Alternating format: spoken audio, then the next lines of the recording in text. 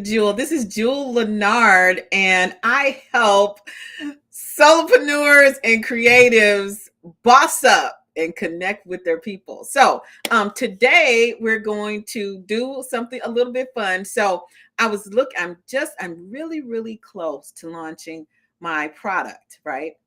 And so I was looking for a tagline. I had like a whole kind of not really upset, but I had to flip some stuff around yesterday because the logo, even though I personally thought it was adorable, it wasn't quite clear enough and it could have been confusing. So I had to flip, change it. But I was really struggling with the tagline, right? Because I know what I want it to be, but then I had some other people look at it and they gave me their opinion, and I was like, oh, that's so boring. So I thought, oh, how can I figure this out? So I was on the waiting list for Google BARD, BARD.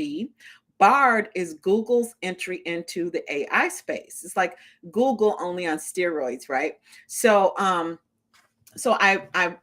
entered into the waiting list, and I now have BARD. Okay, so I thought it would be fun today to check out BARD and just kind of have a little fun with it. I did like a preview, and I think it's kind of funny. So basically, what I did is I put in my tagline options, and I asked BARD if it was a good tagline, and then BARD gave me a tagline, and so I asked BARD if BARD's tagline was a good line, and of course it said yes. So it's kind of funny to me. But so with artificial intelligence, I know there's been a lot of conversation about it. There's some people are very resistant. Some people are very excited.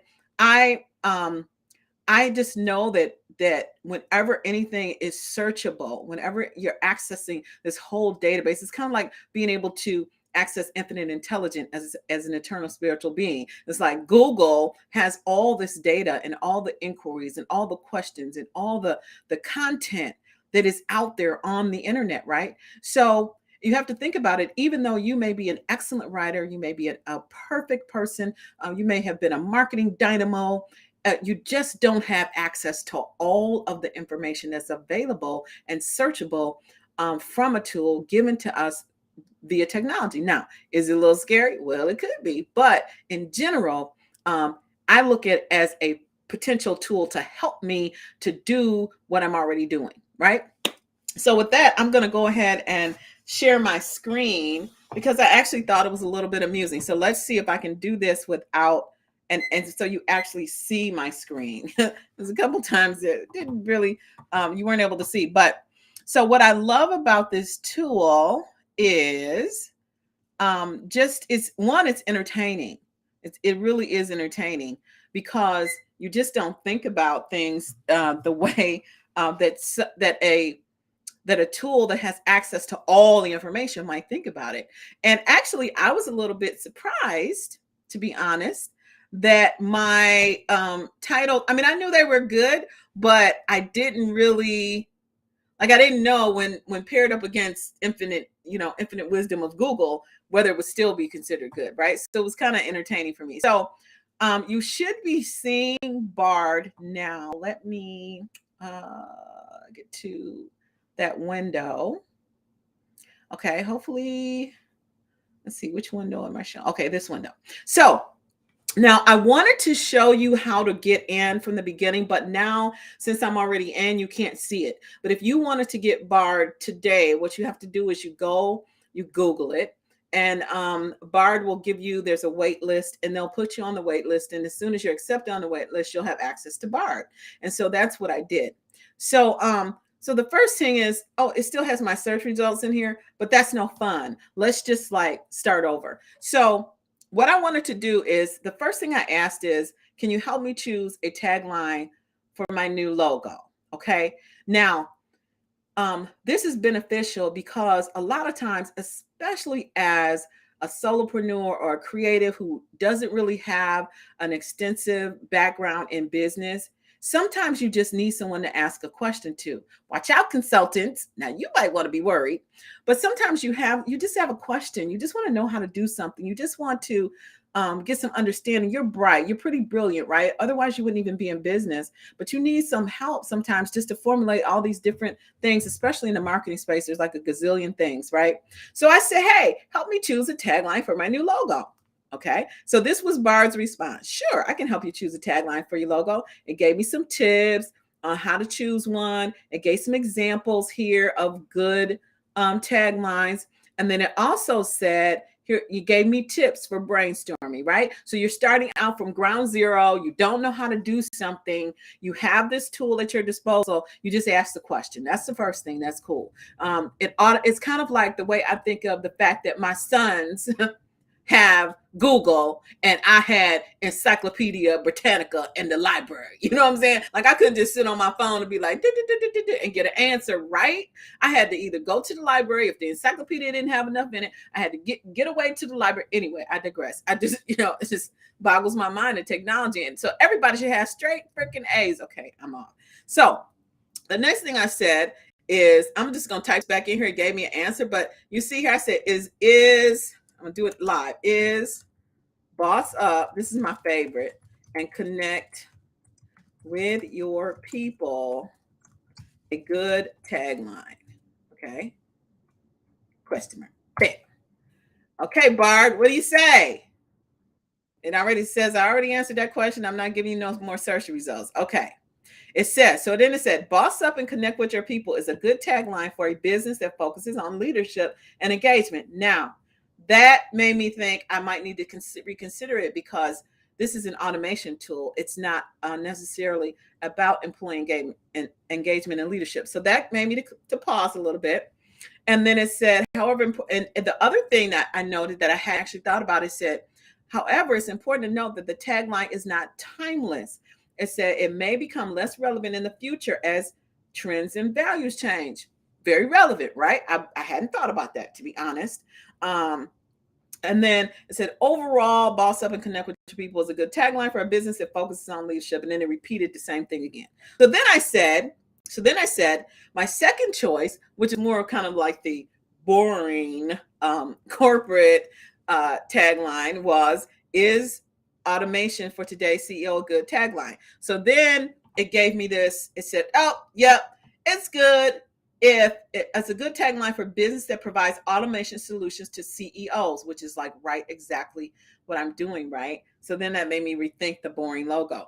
But what I found was interesting is that, and then it said it's not timeless as well. And then it said overall it's a good tagline. So I don't know if they programmed BARD to be like PC, but I noticed that after this one, it gave me additional suggestions. Okay. It didn't say that it was a bad tagline, but it did give me additional suggestions, which to me implies, that's not bad, honey, but you might want to try these. All right.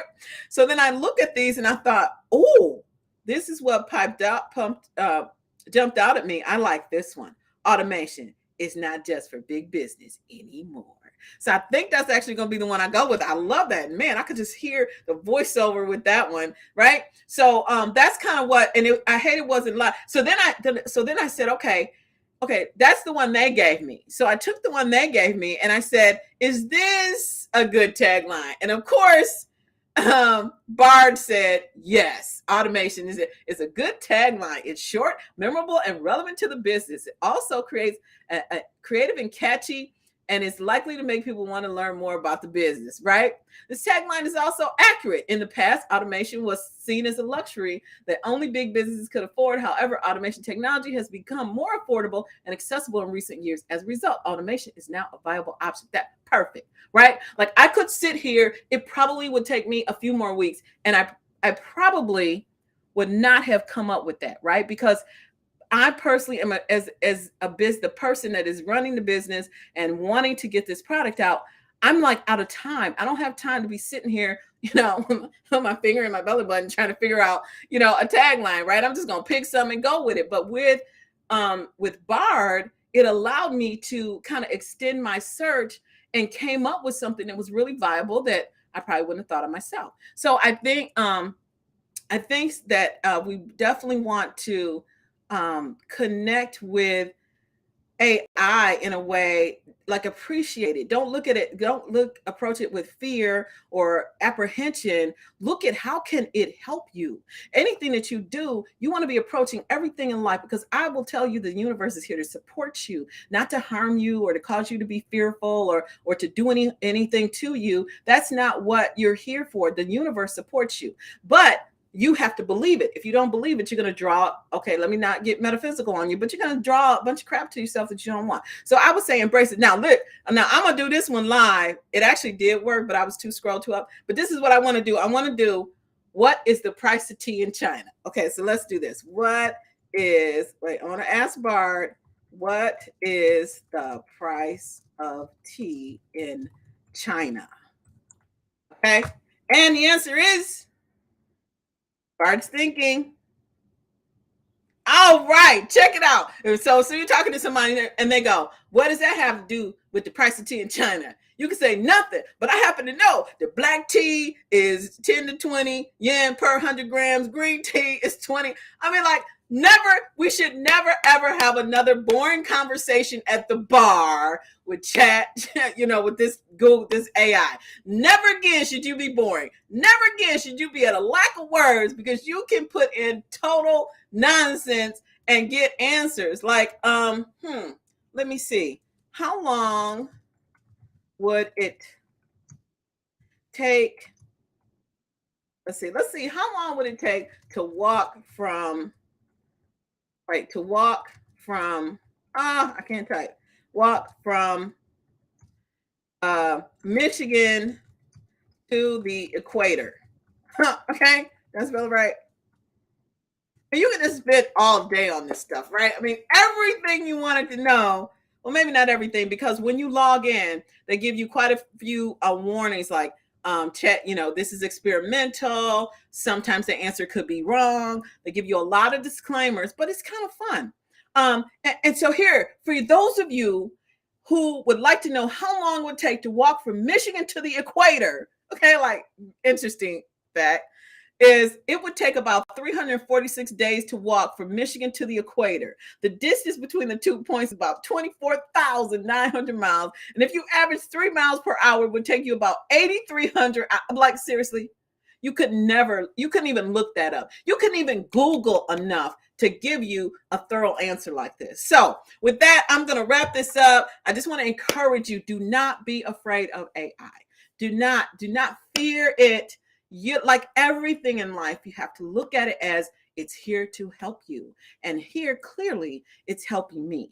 And it's here to stay. So you might as well dig in and work it for what it's worth. So with that, this has been Lunch with Jewel and BARD. And we have just been having a gay old time, doing a little searching and seeing what BARD can do. Again, I hope you enjoyed this. If it was helpful for you, then definitely share the video. And I love it when you share my video. Comment below a possible use that you could see for a tool like BARD in your life every day. And let me know what it is. And I'll talk to you next time on Lunch with Jewel. Bye for now.